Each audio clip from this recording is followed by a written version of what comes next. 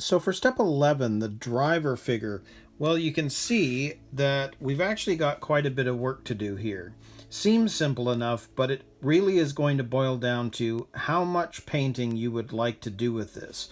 Because you can see that we've got the steering column that's got to be put in, the steering wheel, the shifter, and then we have to put the driver figure together. And this is where you're going to need to have some model glue, because you are going to have to glue the arms to the sides of the body. The head itself is screwed in with this BA3 screw.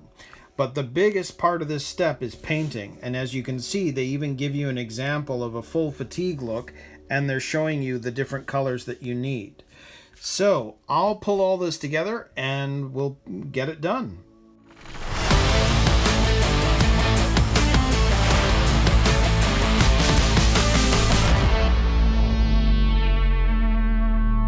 So originally, I was going to do a very basic design for this, and I would have shown you how to do it. Well, I decided that in the end, the driver figure is a huge part of the overall look of the Fast Attack. And I started looking at the image here, and of course they're wanting you to use XF2 flat white, XF67 NATO green, XF1 flat black, and XF68 NATO brown. Well, I decided that I would try and do the full fatigue look. And before you can really do any of this, you need to paint up the driver and the steering wheel, the base of what the driver figure is sitting on, and of course his head and everything else. So I decided I would paint it up, and I'm super happy with how this turned out, but I would say that it took me almost 2 weeks of going back and forth, doing a layer, letting it dry fully, coming back, adding a color, etc., etc. So because this can be done to your liking, I mean, you can decide how you want to paint the driver figure. I decided I would just go ahead and do the whole step. So here is my finished driver figure, which I am super, super happy with now. So at first, I painted the base completely black. And then I painted the driver when it was all on the parts tree. I painted the driver figure on this base, the NATO green, and his helmet, the NATO green. And then afterwards, once that had fully dried, and I had to do 2 layers of the green because you could still see the plastic coming through the color. I then started working on the flesh-colored hands, the flesh-colored face, and then went to work on the brown, the white, and the black, which I actually found I only needed to do 1 coat of. The helmet did take a couple because it was very visible. And what I did find too is that after I put the head on, screwed it together, this line you could still see. So I painted it again once it was sitting on the body so that the line wasn't showing quite as much as it was before. I even painted the little black, his I think it's his communication piece there. And then of course with the steering wheel, I also painted it. I don't know if you can see in there, if it'll focus the right spot. The chrome color, just because it gave the steering wheel a bit of a different look rather than being all black. But that's how I did it. Now, it doesn't mean you have to do it that way, because you can pretty much paint this figure up however you like. But I'm super, super happy with how that's turned out. And I think once the car's finished, that's going to really enhance the overall look. So that is step 11. So I'll be very curious to see how you do your figures. So let's move on now to step 12, and this is where we're going to install the driver figure, and of course, based on what we did with the speed controller, we're going to figure out a lot of the wiring and make sure that it all fits together properly. So for step 12, attaching the driver figure, well, you can see that he's attached with 3 screws, so we've got to put those in. And then it's showing you using this rubber band that's going to attach to the back of the driver figure and then the back of the chassis. and it really is designed to just hold this box in place. And back in the day, there would be 4 AA batteries in there that would run your receiver and electrical equipment. But today with BEC, battery eliminator circuitry, we don't need this, but it's there anyway, which is why we're going to use that space for the speed controller to make sure all the wiring is able to be hooked up properly. So we need to grab these 2 D6 pieces. They have to be screwed down. And you can see there, I've pulled all that together. There's our rubber band, the pieces there at the top of the box. So I will set this up and let's put this together. So the first thing I want to do is let's get these D6 pieces in place.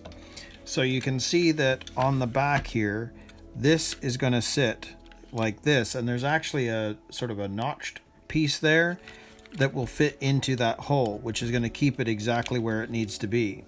So let's grab one of our washers, one of our BA3 screws, and let's screw this into place. Let's see if that will hold.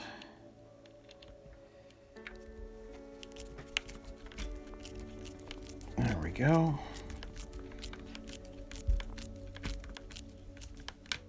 And it's interesting because I don't know what that's for yet, but I'll bet you, at a guess, it's going to hold in part of the gearbox, but let's just see how this is going to work. So we turn this around, same idea. Let's grab our screw, washer, put that there, and get this started.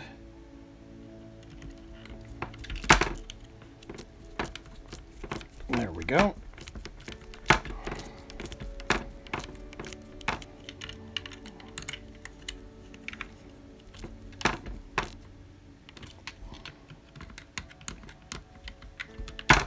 Let's turn this around, up, over. Let's do it this way. That's nicely in place, nice and tight. Just don't over tighten.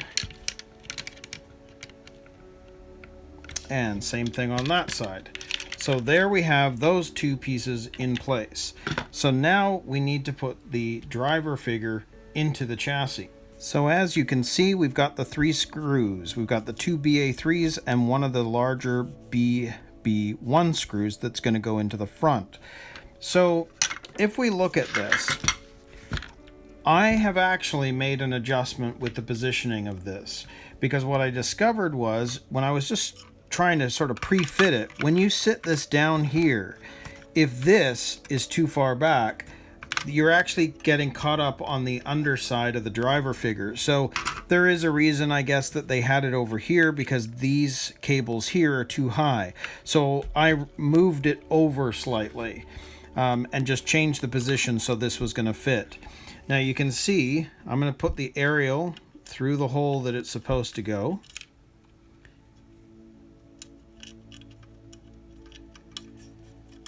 And of course it's going to be very short anyway, but let's, come on, go in there, grab it from the other side.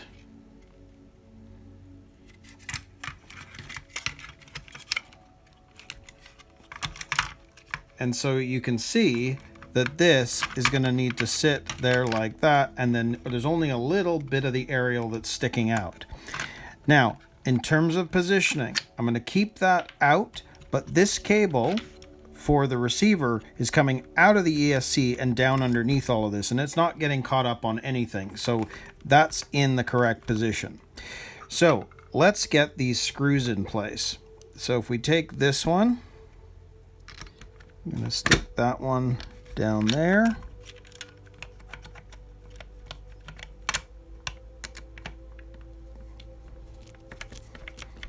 I'm just going to do it a little bit for now. I want to make sure that it's all going to sit correctly first.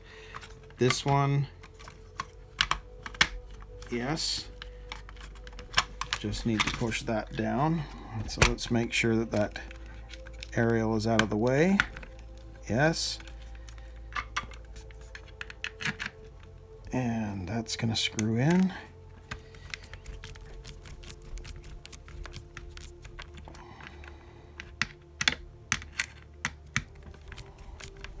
Now this one is not a tapping screw, so you definitely don't want to over tighten when you get to the end.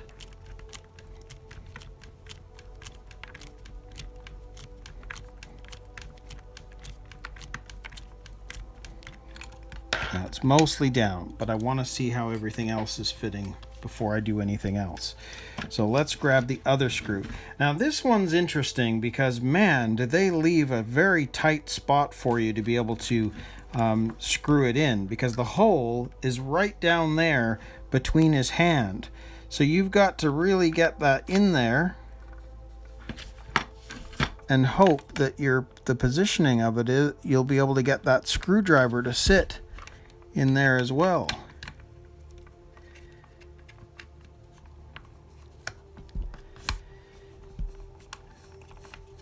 And it's not very easy. I've just got to get... Oh, there we go.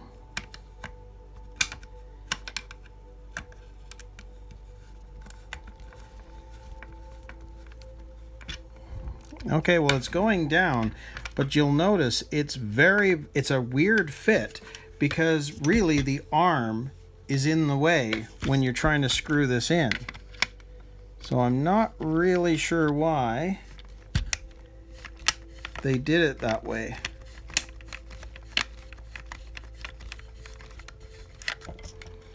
So I'll screw in this side now a bit more. These two are definitely the tapping screws. And somehow we got to get down there.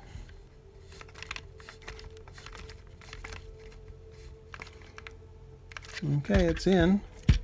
And then all we've got left is this one here, which is not the tapping screw.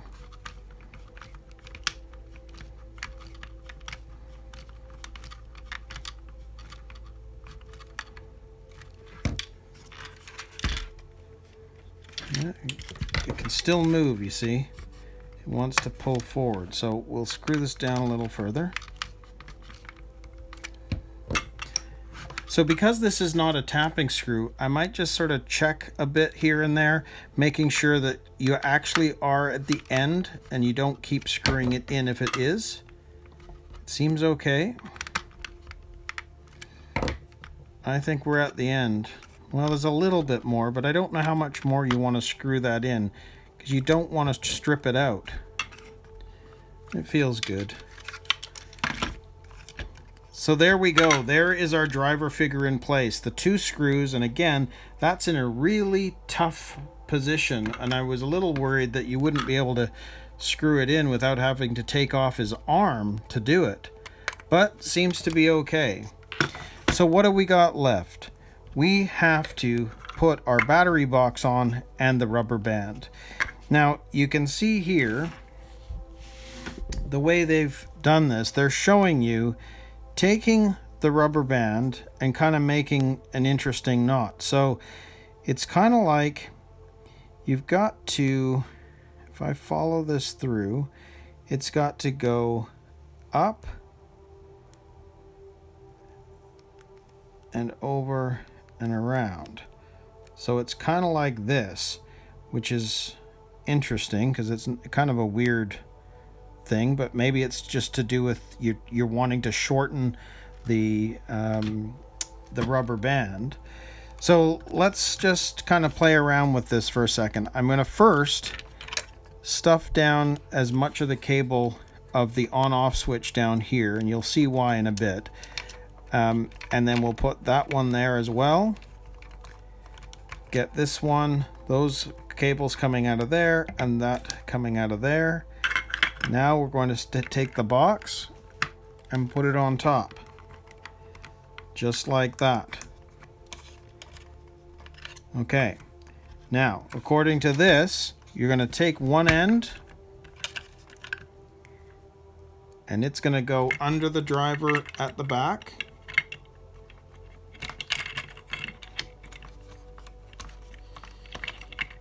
Well, it's a bit awkward, so let's just forget the box for a minute. And let's make sure that I can get this in and under. There we go.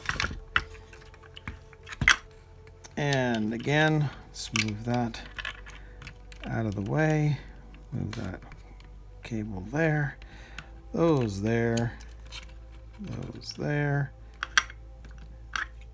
And already messed it up.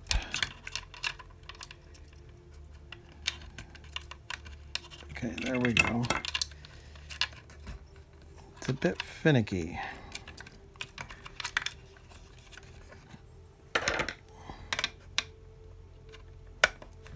There. So I'm going to actually have to pull it a little tight just to make sure that it's staying in the right position.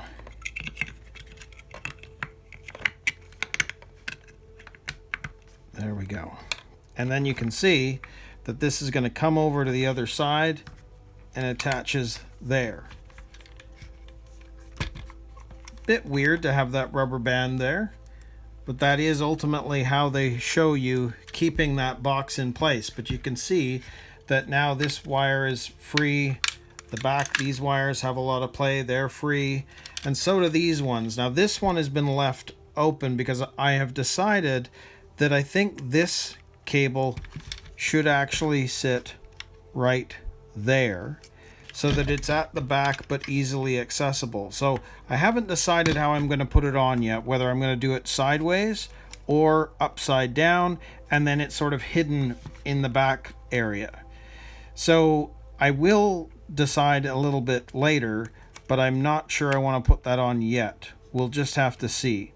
But ultimately, there's our driver figure, there's our aerial, and our speed controllers in here, and now all of these are in the correct position to attach to the motor and the battery correctly. And again, this might be here, and I don't know, honestly, I think I might end up doing that, or turning it over and having it sit like this so that it's more easily accessible.